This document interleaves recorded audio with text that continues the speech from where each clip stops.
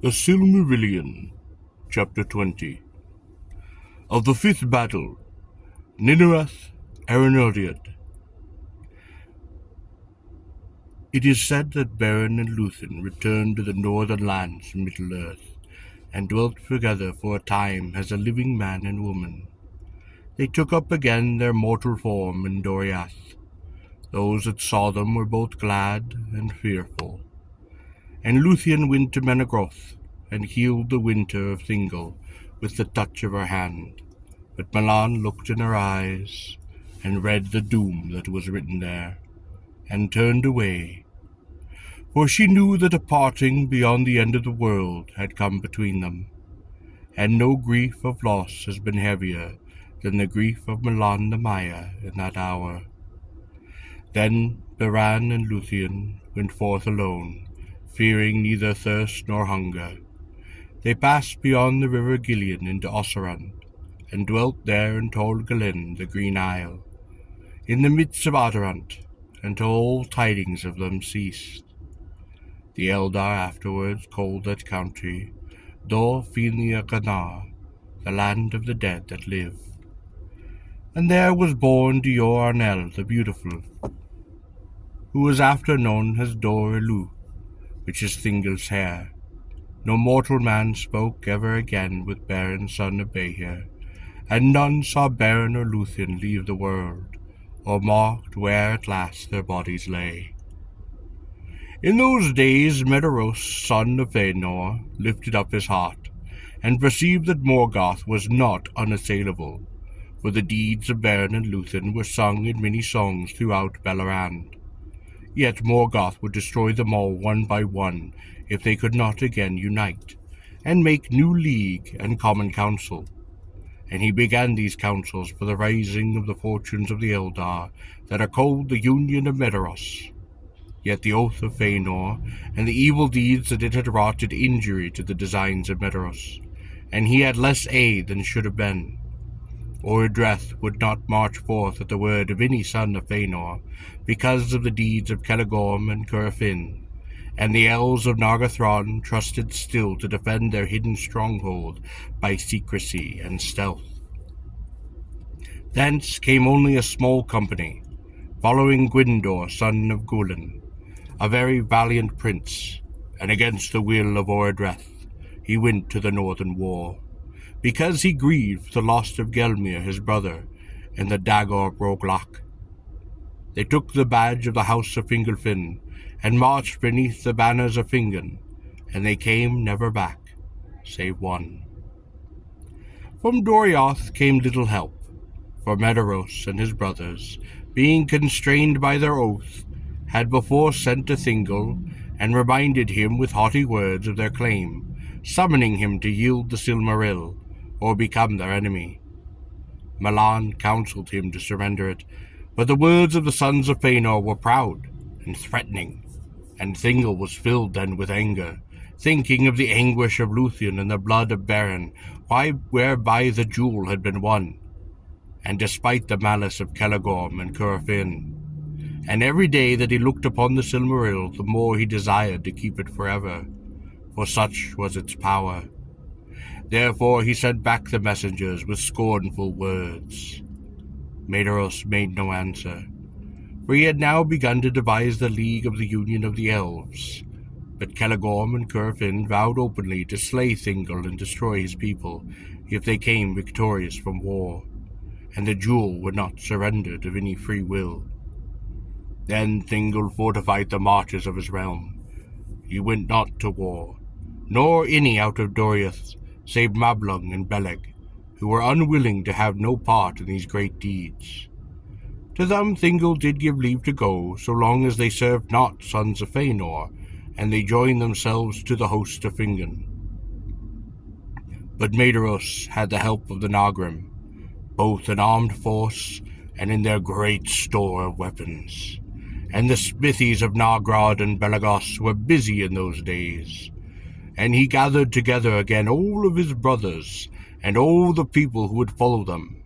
The men of Bor and Ulfang were marshalled and trained for war, and they summoned yet more of the kinsfolk out of the east, Moreover, in the west Fingon, ever the friend of Medeiros, took counsel with Himring, and in Hithlum the Noldor and the men of the house of Hador prepared for war. In the forest of Brithul Halmer, lord of the people of Haleth, gathered his men. They whetted their axes. But Halmer died ere the war came, and Halladr his son ruled that people, and to Gondolin also the tidings came, to Turgon the hidden king. But Medeiros made trial of his strength too soon, ere his plans were full wrought. And though the orcs were driven out of all the northward regions of Beleriand, and even Dorthanonion was freed for a while, Morgoth was warned of the uprising of the Eldar and the Elfriends, and he took counsel against them. Many spies and workers of treason he sent forth among them, as he was the better able now to do. For the faceless men of his secret alliance were yet deep in the secrets of the sons of Fëanor. Yet again Medeiros, having gathered all the strength that he could of elves and men and dwarves, resolved to assault Angband from east and west, and he proposed to march with banners displayed in open force over Anfoglith. But when he had drawn forth, as he had hoped, the armies of Morgoth in answer, then Fingard should issue forth from the passes of Hithlum, and thus they thought to take the might of Morgoth as between anvil and hammer, and break it to pieces. And the signal for this was to be the firing of a great beacon in Dorthanonion. On the appointed day, on that morning of midsummer, the trumpets of the Eldar greeted the rising of the sun. In the east was raised the standard of the sons of Fëanor, and in the west the standards of Fingon, High King of the Noldor. Then Fingon looked out from the walls of Ithilsiren, and his host was arrayed in the valleys and the woods upon the east of Erdwithrin, well hid from the eyes of the enemy. But he knew that it was very great, for there all the Noldor of Hithlum were assembled, together with the elves of the Falas, and Gwyndor's company from Nagathrond, and he had a great strength of men. Upon the right were the host of Dor Lomin, and all the valour of Hurin and Hjor his brother, and to them had come Haldir of Brethil, with many men of the woods. Then Fingon looked towards Thingodrim, and there was a dark cloud about it. A black smoke went up, and he knew that the wrath of Morgoth was aroused, and that their challenge was accepted.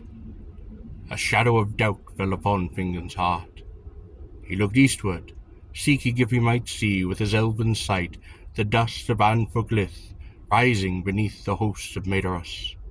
He knew not that Medeiros was hindered in his setting forth by the guilt of Uldor the Accursed, who deceived him with false warnings of assault from Angband.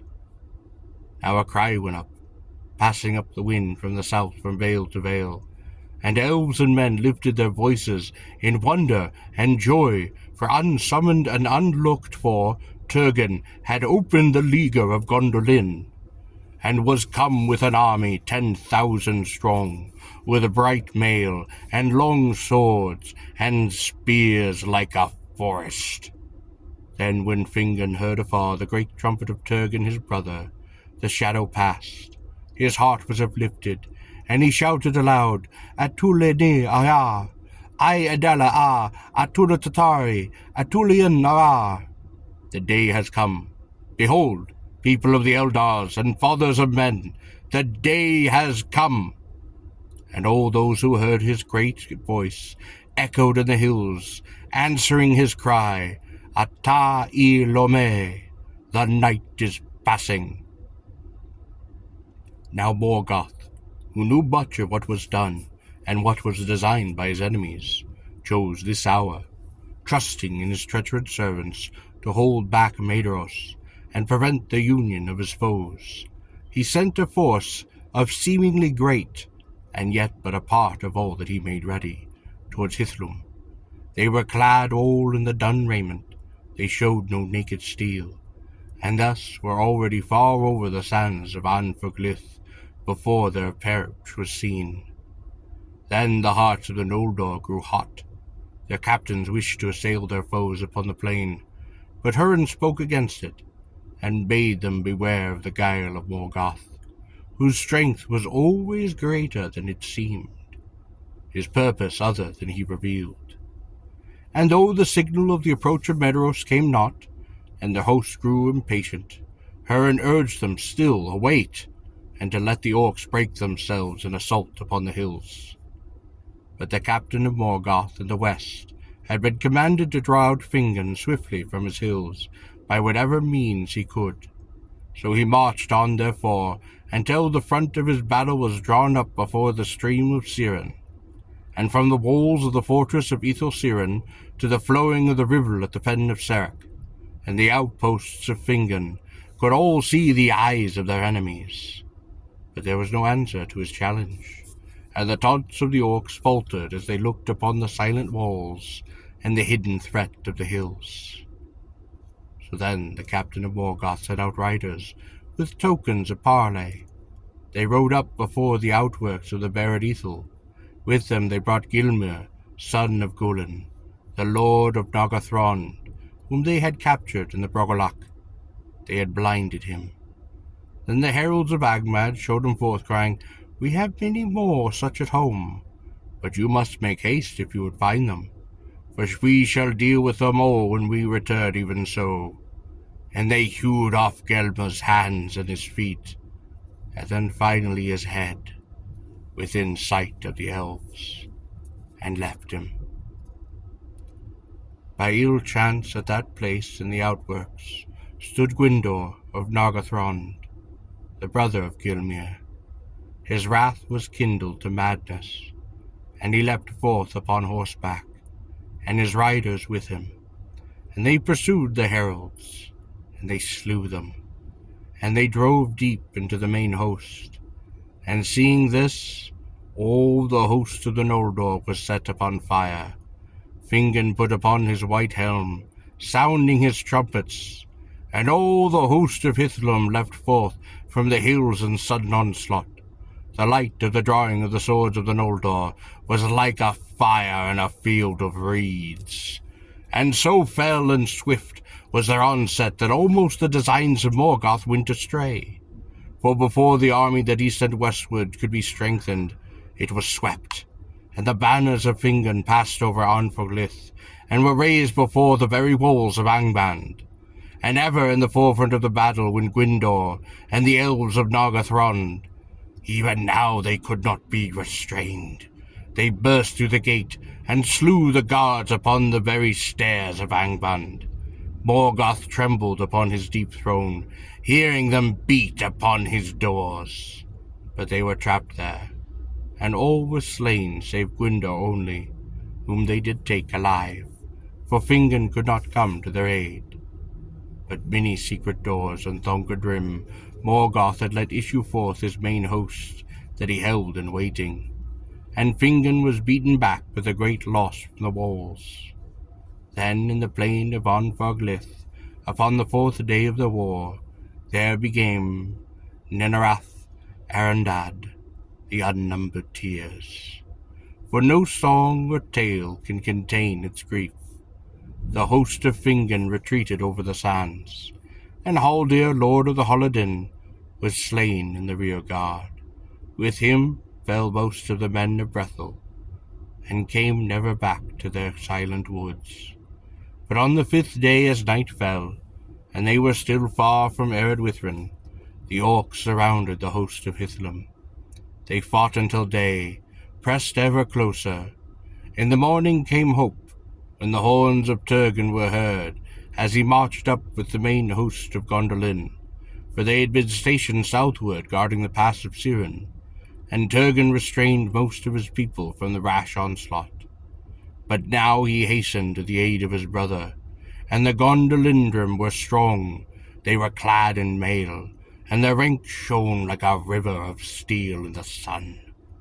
Now the phalanx of the guard of the king broke through that rank of orcs, and Turgon hewed his way to the side of his brother, and it was told that the meeting of Turgon with Hurin, who stood beside Fingon, was glad in the midst of battle. Then hope was renewed in the hearts of the elves, and in that very time, at the 3rd hour of morning, The trumpets of Medeiros were heard at last, coming from the east, and the banners of the sons of Fëanor assailed the enemy in the rear.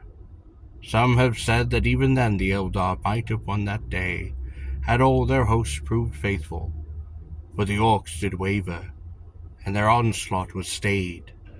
Already some were turning to the rout, but even as the vanguard of Medeiros came upon the orcs, Morgoth loosed his last strength. Angbon's barracks was emptied. There came the wolves, the wolf riders, the Balrogs, and dragons, and Glaurung, father of all dragons. The strength and terror of that great worm were now great indeed, and elves and men withered before him. He came between the hosts of Medeiros and Fingon, and swept them apart. Yet neither by wolf, nor by Balrog, nor by dragon would Morgoth have achieved his end, but for the treachery of men. In this hour the plots of Ulfang were revealed. Many of the Easterlings turned and fled, their hearts being filled with lies and with fear. But the sons of Ulfang went over suddenly to Morgoth, and drove in upon the rear of the sons of Fëanor. And in that confusion that they wrought, they came near to the standard of Medeiros. They reaped not the reward that Morgoth promised them, for Maglar slew Uldar the Accursed, the leader in that treason, and the sons of Bor slew Ulfast and Ulveth ere they themselves were slain. But new strength of evil men came up that Uldor had summoned, and kept hidden in the eastern hills. The host of Medeiros was assailed now upon 3 sides, and at that it broke, and was scattered, fleeing this way and that. Yet fate saved the sons of Fëanor, and though all were wounded, none was slain, for they drew together, and gathering a remnant of the Noldor and the Nogrim about them, they hewed a way out of the battle, and escaped far away towards Mount Dolmid in the east. Last of all the eastern force to stand firm were the dwarves of Belegost. Thus they won renown, for the Nogrim withstood fire more hardily than either elves or men. It was their custom, moreover, to wear the great masks, in battle most hideous to look upon, and those stood them in good stead against those dragons. And but for them Glaurung and his brood would have withered all that was left of the Noldor. But the Nogrim made a circle about him when he assailed, and even his mighty armor was not full proof against those blows of the great axes. And when in his rage Glaurung turned, and struck down Asgal, lord of Belegost, and crawled over him, with his last stroke Asgal drove a knife into his belly, and so wounded him that he fled the field. The beasts of Angband in dismay followed after him. The dwarves then raised up the body of Asgal, and bore it away. With slow steps they walked behind, singing a dirge in their deep voices, as were at a funeral pomp in their country.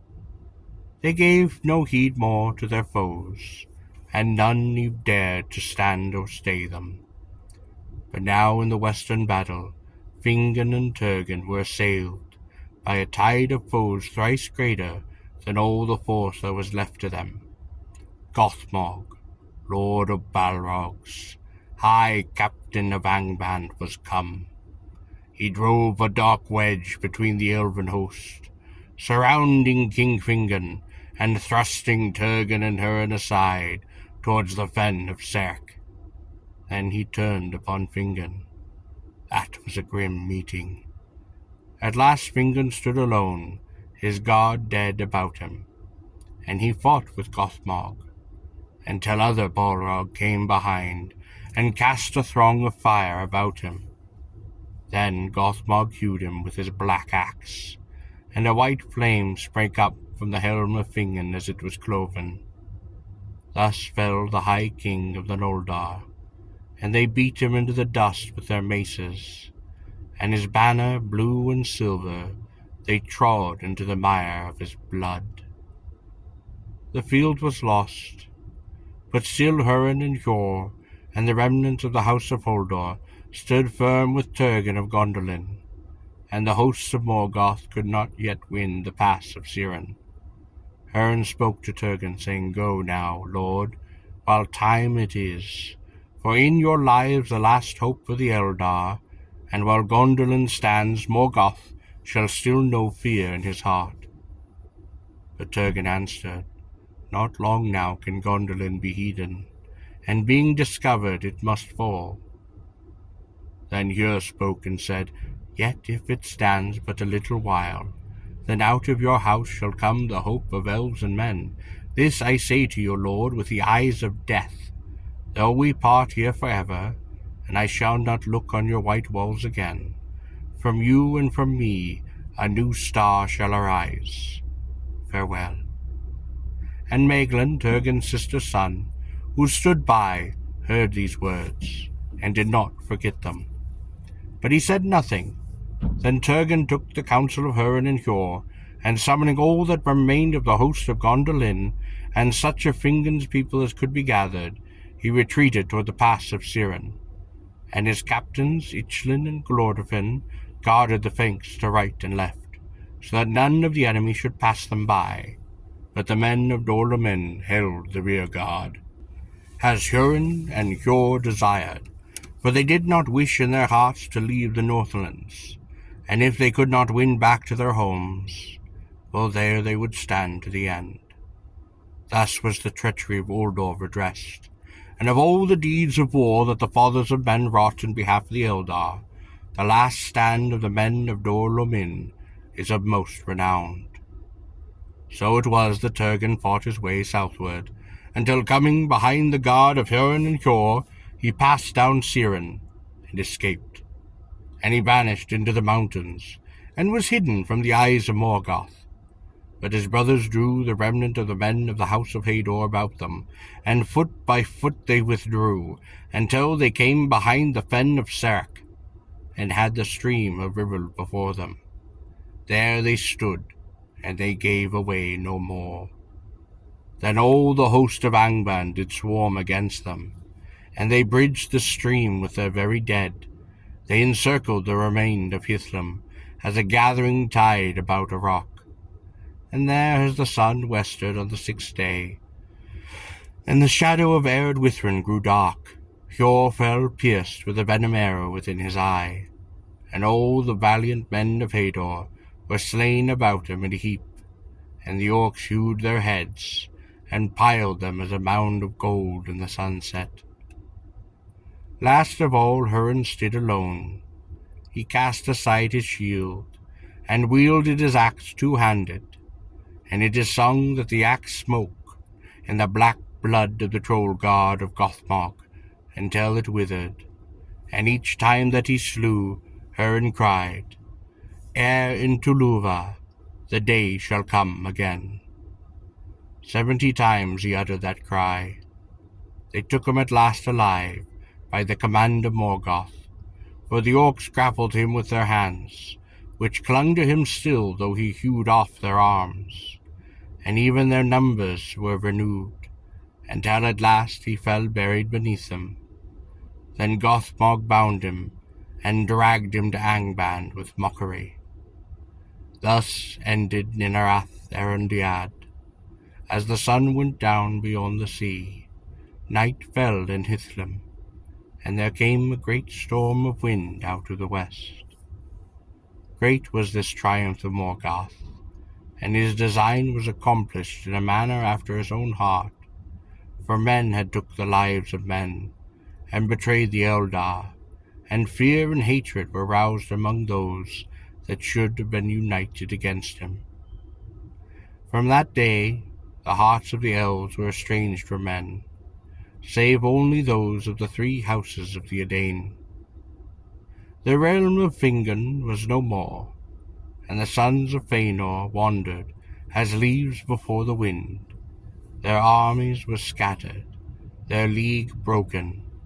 They took to a wild and woodland life beneath the feet of Ered Lindon, mingling with the green elves of Osserand, bereft of their power and their glory of old.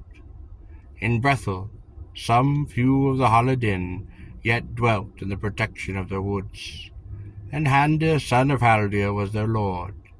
But to Hithlum came back never a one of Fingon's host, nor any of the men of Hador's house, nor any tidings of the battle and the fate of their lords.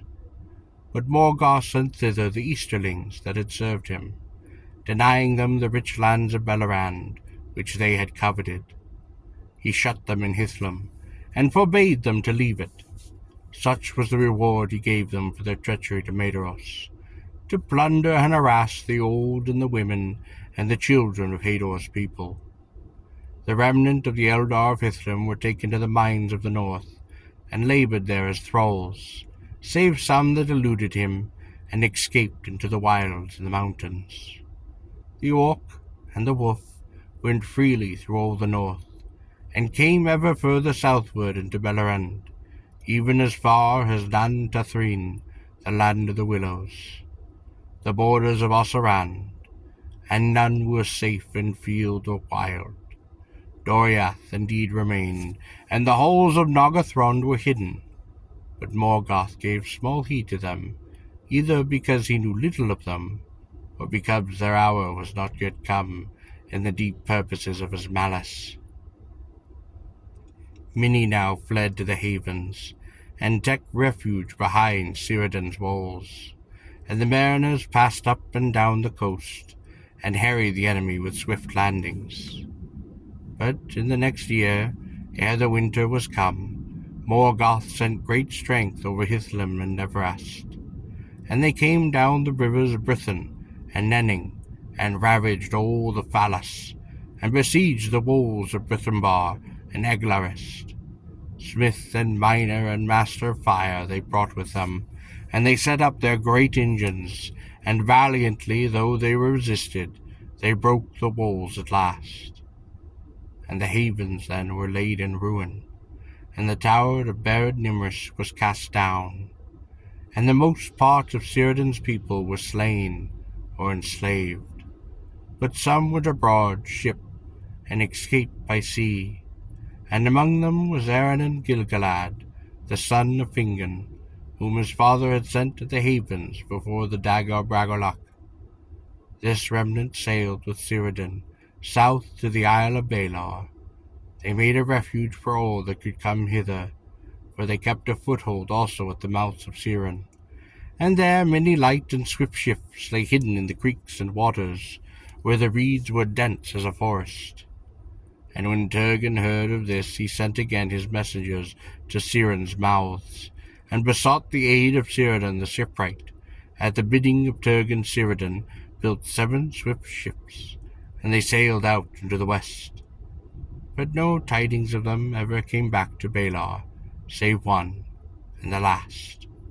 The mariners of that ship toiled long in the sea, and returning at last in despair, they foundered in a great storm within sight of the coasts of Middle-earth. But one of them was saved by Ulmo from the wrath of Use, and the waves bore him up, and cast him ashore in Nevrast. His name was Ronwe, and he was one of those that Turgon had sent forth as messengers from Gondolin. Now the thought of Morgoth dwelt ever upon Turgon, for Turgon had escaped him, and for all his foes that one whom he most desired to take or to destroy, and that thought troubled him, and marred his victory. For Turgon of the mighty house of Fingolfin was now by right king of all the Noldor, and Morgoth feared and hated the house of Fingolfin, because they had the friendship of Ulmo his foe, and because of the wounds that Fingolfin gave him with his sword. Most of all his kin Morgoth feared Turgon, for the old in Valinor his eye had lighted upon him, and whenever he drew near a shadow had fallen upon his spirit, foreboding that in some time they yet lay hidden. From Turgon ruin would come to him. Therefore Hurin was brought before Morgoth, for Morgoth knew that he had a friendship with the king of Gondolin. But Hurin defied him, and mocked him. So Morgoth cursed Hurin and Morwen and all their offspring, and set a doom upon them of darkness and of sorrow. And taking Hurin from her prison, he set him in a chair of stone upon the high place of Thangodrim. There he was bound by the power of Morgoth. And Morgoth, standing beside him, cursed him again, and said, Sit now there, look out upon the lands where evil and despair shall come upon those whom thou love. Thou hast dared to mock me, and to question the power of Melkor, master of the fates of Arda. Therefore with my eyes thou shalt see, and with my ears thou shalt hear, and never shalt thou move from this place until all is fulfilled unto its bitter end. Even so it came to pass. But it is not said that Hurin asked ever of Morgoth either mercy or death, for himself or for any of his kin. By the command of Morgoth, the orcs with great labour gathered all the bodies of those who had fallen in the great battle, all their harnesses, their weapons, and he piled them in a great mound in the midst of Anforglith. It was like a hill that could be seen from afar. Haradin Nigen, the elves named it, the Hill of the Slain. Hardathin Nirnaeth, the Hill of Tears. But grass came there, and it grew long again, and green upon the hill, alone in the desert that Morgoth had made. And no creature of Morgoth trove thereafter upon the earth, beneath which the swords of the Eldar and the Edarin did crumble into dust.